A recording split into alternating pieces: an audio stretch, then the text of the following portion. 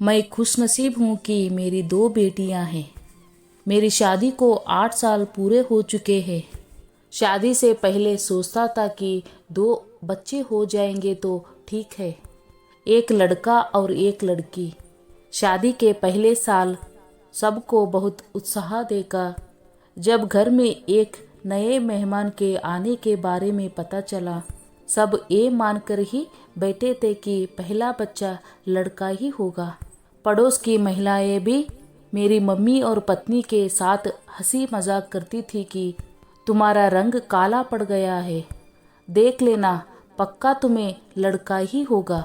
पत्नी ने बताया कि उसे मिट्टी खाने का मन करता है, तो इस बात को भी सभी ने लड़के से ही जोड़ दिया। पापा भी खुशी से कहा करते थे कि पोते को कंधे पर बैठाकर घूमने लेकर जाऊंगा, उसके साथ खूब शरारतें करूंगा। जब डिलीवरी का टाइम आया तो रात को पत्नी को अस्पताल में एडमिट कराना पड़ा। उसे दर्द ज़्यादा बढ़ गया था, तो डॉक्टर मैडम ने बोल दिया, देख लेते हैं, अगर नॉर्मल डिलीवरी हुई तो ठीक है, नहीं तो ऑपरेशन कराना पड़ेगा। और सुबह उन्होंने कहा कि ऑपरेशन ही कराना पड़ेगा। ऑपरेशन थिएटर से बच्चे के रोने की आवाज़ आई तो किसी ने सूचना दी कि लड़का हुआ है। उस वक्त वहाँ मेरे साथ मेरी मम्मी और मेरी सासू माँ मौजूद थे। सब खुश हो गए और मेरे सर पर हाथ फेरने लगे। फिर जब किसी ने सही सूचना दी कि लड़की हुई है, तो हम सब के चेहरे के हाव भाव थोड़े बदल गए, क्योंकि उस समय अपने सामाजिक परिवेश के चलते वही सोचा कि काश पहला लड़का हो जाता तो कितना अच्छा होता। लड़की होने पर एक उदासी सी छा गई थी। किसी को ज़्यादा फ़ोन करके भी नहीं बताया कि लड़की हुई है। किसी ने फ़ोन किया तो अधूरे मन से बताया कि लड़की हुई है। जवाब मिलता, कोई नहीं, सब ठीक हो जाएगा, अगली बार लड़का ही होगा। जब मेरी पत्नी और बच्चे को अस्पताल के कमरे में लाया गया और जब मैंने अपनी बेटी को देखा तो उस वक्त मन में कोई सवाल नहीं था कि ये लड़का है या लड़की, बल्कि अपने पिता बनने पर बहुत अच्छा महसूस कर रहा था। एक अलग सी खुशी थी जिसका एहसास शब्दों में बयां नहीं किया जा सकता। अगले ही पल माँ ने बच्ची को देखते हुए बोला, अरे इसका तो एक पैर मुड़ा हुआ है। सबको बहुत तकलीफ हुई कि लड़की हुई, ऊपर से पैर में दिक्कत भी है। इससे दिमाग में कुछ अलग सी ही बात चलने लगी उसके भविष्य को लेकर। लेकिन फिर डॉक्टर ने घरवालों को बताया, गर्भ में बच्चा उल्टा होने के कारण पैर ऐसा लग रहा है, ये कुछ दिनों की मालिश में ठीक हो जाएगा। अस्पताल के बिल्कुल सामने एक काली माता का मंदिर था।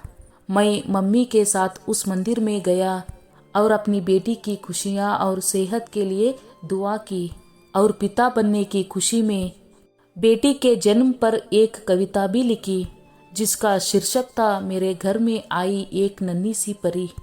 पहले बच्चे के साथ हंसते खेलते 2 साल का टाइम कब निकल गया पता ही नहीं चला। अब फिर से घर रिश्तेदारी में बातें होने लगी कि दूसरा बच्चा बना लो, इसको भाई भी चाहिए, एक भाई हो जाएगा तो जोड़ी पूरी हो जाएगी। अब दूसरी बार मेरी पत्नी गर्भ से थी। एक बार फिर से घर में सब खुश थे, पड़ोसी लेकर रिश्तेदार तक सब अपना अपना बातें कर रहे थे कि लड़का होगा। पहले की तरह वही चर्चाएं फिर से होने लगी, लेकिन अब ये कुछ ज़्यादा हो रही थी। किसी ने कहा, 21 सोमवार का व्रत रख लो, पक्का लड़का होगा, गाय को रोज रोटी खिलाओ, वगैरह वगैरह। एक बार मम्मी के कहने पर मैं एक जगह से लड़का होने की दवाई लेने भी गया।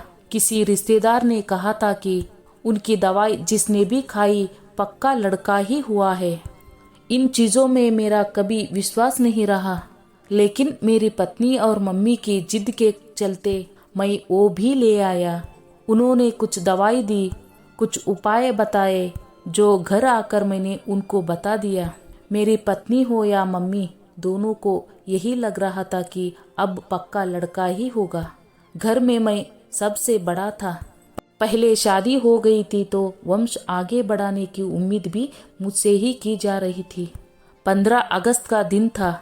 मेरी पत्नी को अस्पताल ले जाया गया, जहां मेरा और मेरी पत्नी का परिवार भी मौजूद था। डॉक्टर ने बताया कि दूसरा बच्चा भी ऑपरेशन से ही होगा और सब बेसब्री से इंतजार करने लगे। फिर जैसे ही सूचना आई कि लड़की हुई है तो वहां खड़े सभी लोगों ने मुझे गले से लगा लिया और मुझे सांत्वना देने लगे कि कोई बात नहीं बेटा, इन बहनों को भगवान एक भाई जरूर देगा। मेरी पत्नी को जब ऑपरेशन थिएटर से हॉस्पिटल के कमरे में ले जाया जा रहा तो उसकी आंखों पर जमे आंसू साफ दिखाई दे रहे थे।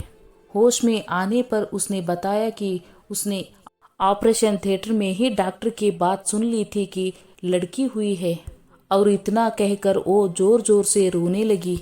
वो कभी अपनी माँ के गले लगकर तो कभी मेरी माँ के गले लगकर रो रही थी और सब उसे हौसला दे रहे थे। कुछ जरूरी सामान लेने जब मैं घर जा रहा था तो रास्ते में सब ने पूछा कि क्या हुआ। लड़की के जन्म के बारे में पता लगने पर वो मुझे सांत्वना देने लगे। जिन्हें पहले से पता था वो अफसोस जाहिर करने लगे। उस वक्त लड़की के जन्म का मुझे दुख नहीं था, बल्कि दुख हो रहा था लोगों के सांत्वना देने से, जैसे कोई बड़ी दुर्घटना मेरे साथ हो गई हो। उनकी बातें सुनकर 2-3 महीने तक एक अलग ही तरह की उदासी छाई रही।